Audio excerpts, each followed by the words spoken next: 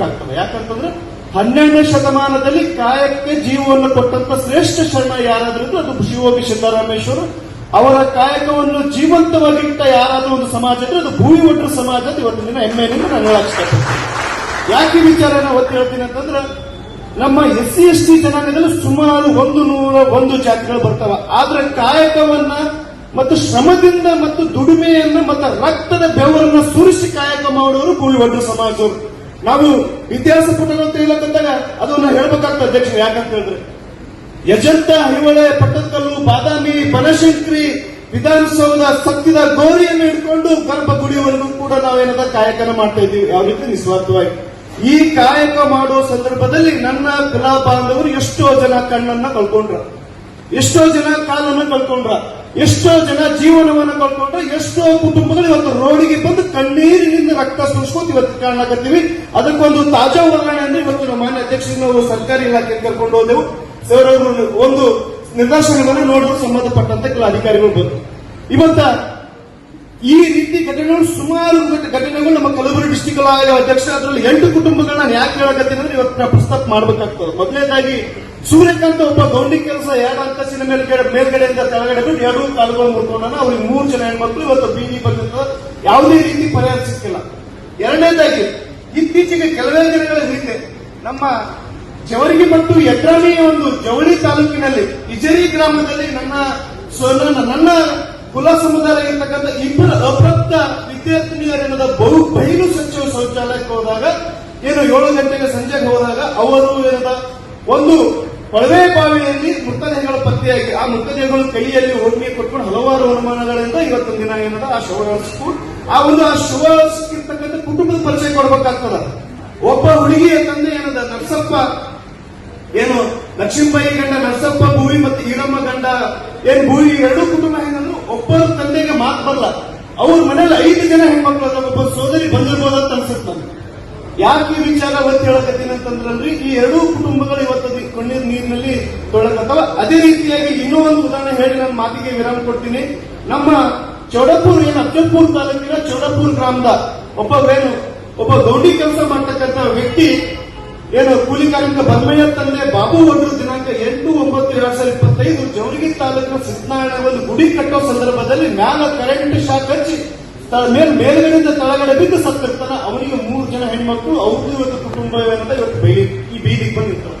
ತಾಜಾ ಉದಾಹರಣೆ ನಮ್ಮ ಚಿಂಚೋಳಿ ತಾಲೂಕಿನ ಚಂದಾಪುರ್ನಲ್ಲಿ ಒಬ್ಬ 70 ವರ್ಷದ ವೃತ್ತಿ ಮಹಿಳೆ ಮೇಲೆ ಒಬ್ಬ ಅನ್ಯ ಕೋಮಿನ ವ್ಯಕ್ತಿ ರೇಪ್ ಮಾಡಿ ಇವತ್ತು ಪ್ರಕರಣ ಇತ್ತು. ಅದೇ ಒಂದು ಮಾನಸಿಕ ಖಿನ್ನತೆಯಲ್ಲಿ ಇವತ್ತು ಮೊನ್ನೆ ಇತ್ತೀಚೆಗೆ 3 ತಿಂಗಳ ಹಿಂದೆ ಕೊನೆ ಉಸಿರಾಡಿದ್ರು. ಅವರಿಗೂ ಸುಮಾರು 4 ಜನ ಕುಟುಂಬಗಳು ಇವತ್ತು ಇವು ನಾವು ಕಾಣ್ತಕ್ಕಂಥ ವಿಚಾರಗಳನ್ನು ಹೇಳ್ತಾ ಇದ್ದೀವಿ.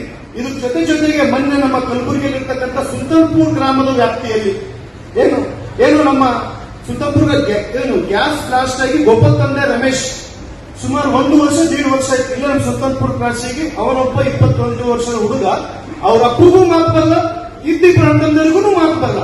ಇದ್ದೊಬ್ಬ ಮಾತಾಡೋ ವ್ಯಕ್ತಿ ಗ್ಯಾಸ್ ಬ್ಲಾಸ್ಟ್ ನಲ್ಲಿ ಸತ್ತ. ಇವತ್ತು ಅವನಿಗೂ ಕೂಡ ₹1 ಕೂಡ ಇವತ್ತು ₹1 ಅನುದಾನ ಬಂದಿಲ್ಲ. ನಾನು ಹೇಳೋ ಉದ್ದೇಶ ಇಷ್ಟೇ ಅಧ್ಯಕ್ಷರೇ, ನಾವು ಹೇಳ್ತಕ್ಕಂಥ ಉದ್ದೇಶಗಳಿಷ್ಟೇ. ನಾವು ಮನವಿ ಪತ್ರನ ಕೊಡ್ತೇವೆ ಅಧ್ಯಕ್ಷರೇ.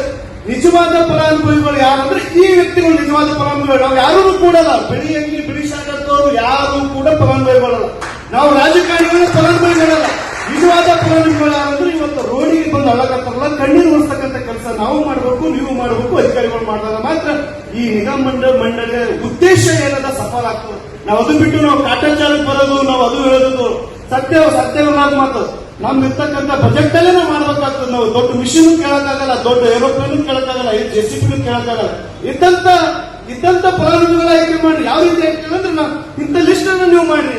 ಯಾಕೆ ವಿಚಾರ ಒತ್ತಿ ಹೇಳ್ತೀನಿ ಅಂತಂದ್ರೆ, ಇವತ್ತು ನಾನು ಬಿಳಿ ಅಂಗಿ ಹಾಕೊಂಡು ಬಂದು ನಿಮ್ ಜೊತೆ ನಾವು ಫೋರ್ಟ್ ಹೋಗ್ಬಿಟ್ಟಿಗೆ ನಾನು ಇದು ಮಾಡಿಸ್ತಂತ ವ್ಯಕ್ತಿಗಳಿಗೆ ನೀವು ನೋಡಕ್ ಹೋಗ್ಬಿಡ್ರಿ.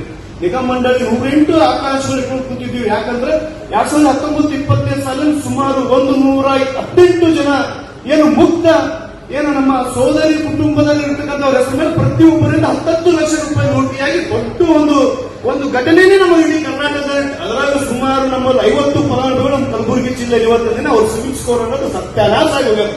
10 ಲಕ್ಷ ರೂಪಾಯಿ ಫಲಾನುಭವಿ ಇರ್ತಕ್ಕಂಥ ಒಬ್ಬ ವ್ಯಕ್ತಿ ಇವತ್ತು ಯಾವ ರೀತಿ ಆದ್ರೆ ಚಿಂಚೋಳಿ, ನಮ್ಮ ಜವರ್ಗಿ, ನೇದಲಗಿ, ಇಂಗ್ಲಿಗಿ, ಚಿತ್ತಾಪುರ್ ಇವರೆಲ್ಲರೂ ಕೂಡ ಇವತ್ತು ಕುಟುಂಬಗಳು ಬೀದಿಗೆ ಬಂದಿರ್ತಾವ. ನಮ್ಮ ಉದ್ದೇಶ ಇಷ್ಟೇ ಮಾನ್ಯ ಅಧ್ಯಕ್ಷರಿಗೆ ಮತ್ತು ಮಾನ್ಯ ಅಧಿಕಾರಿಗಳ ತರಕ್ ಬಯಸೋದೇನಂತಂದ್ರ ನಮ್ಮ ಅಧಿಕಾರಿಗಳು ನಮ್ಮ ಮ್ಯಾಗ ಅನುಕಂಪವನ್ನ ಕೊಡಕ್ ಹೋಗ್ಬೇಡ್ರಿ, ನಮ್ಗೆ ಅವಕಾಶವನ್ನ ಕೊಡ್ರಿ. ನಾವು ಸಮಾಜಕ್ಕಾಗಿ ಜೀವನವನ್ನೇ ಮುಡುಪಾಗಿಟ್ಟ ನಿಸ್ವಾರ್ಥ ಸಮಾಜದಲ್ಲಿ ಇದ್ದೀವಿ. ನಾವು ಯಾರು ರೊಟ್ಟಿಯನ್ನ ಕಸ್ಕೊಂಡಿಲ್ಲ, ರೊಟ್ಟಿಯನ್ನ ಹಂಚ್ಕೊಂಡು ಹೋಗ್ತಕ್ಕಂಥ ಸಮಾಜದಲ್ಲಿ ಇರ್ತೀವಿ. ಹಾಗಾಗಿ ಮತ್ತೆ ನಮ್ಮ ಏನು ಸಮಾಜ ಕಲ್ಯಾಣ ತಾವೇನು ಜಿಲ್ಲಾಧಿಕಾರಿಗಳನ್ನ ನಮ್ಮ ಜಿಲ್ಲಾ ಮೇಡಮ್ ಅವರಿಗೆ ಕೇಳಕ್ ಇಷ್ಟಪಡ್ತೀನಿ.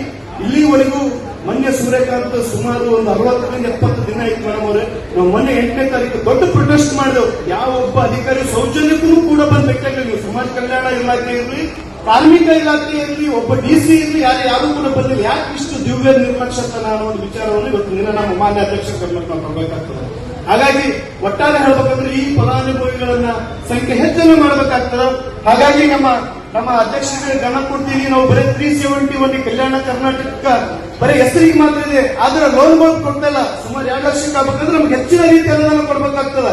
ಹೆಚ್ಚಿನ ರೀತಿ ಅನುದಾನ ಕೊಟ್ಟಾಗ ನಮ್ಮ ನಮ್ಮ ರಾಮಯ್ಯ ಪೂಜಾರಿ ಮಾವನವ್ರು ಹೇಳ್ದಂಗಾಗಿರ್ಲಿ, ನಮ್ಮ ಸೋದರ ಹನುಮಂತ್ ಹೇಳ್ದಂಗಾಗಿರ್ಲಿ, ಹೆಚ್ಚೆಚ್ಚಿನ ರೀತಿಗಳು ಮನೆಯಲ್ಲಿರ್ಲಿ ಮತ್ತೊಂದಲ್ಲಿರ್ಲಿ ಏನೋ ಕಟ್ಟಡ ಆಗ್ಬಹುದು.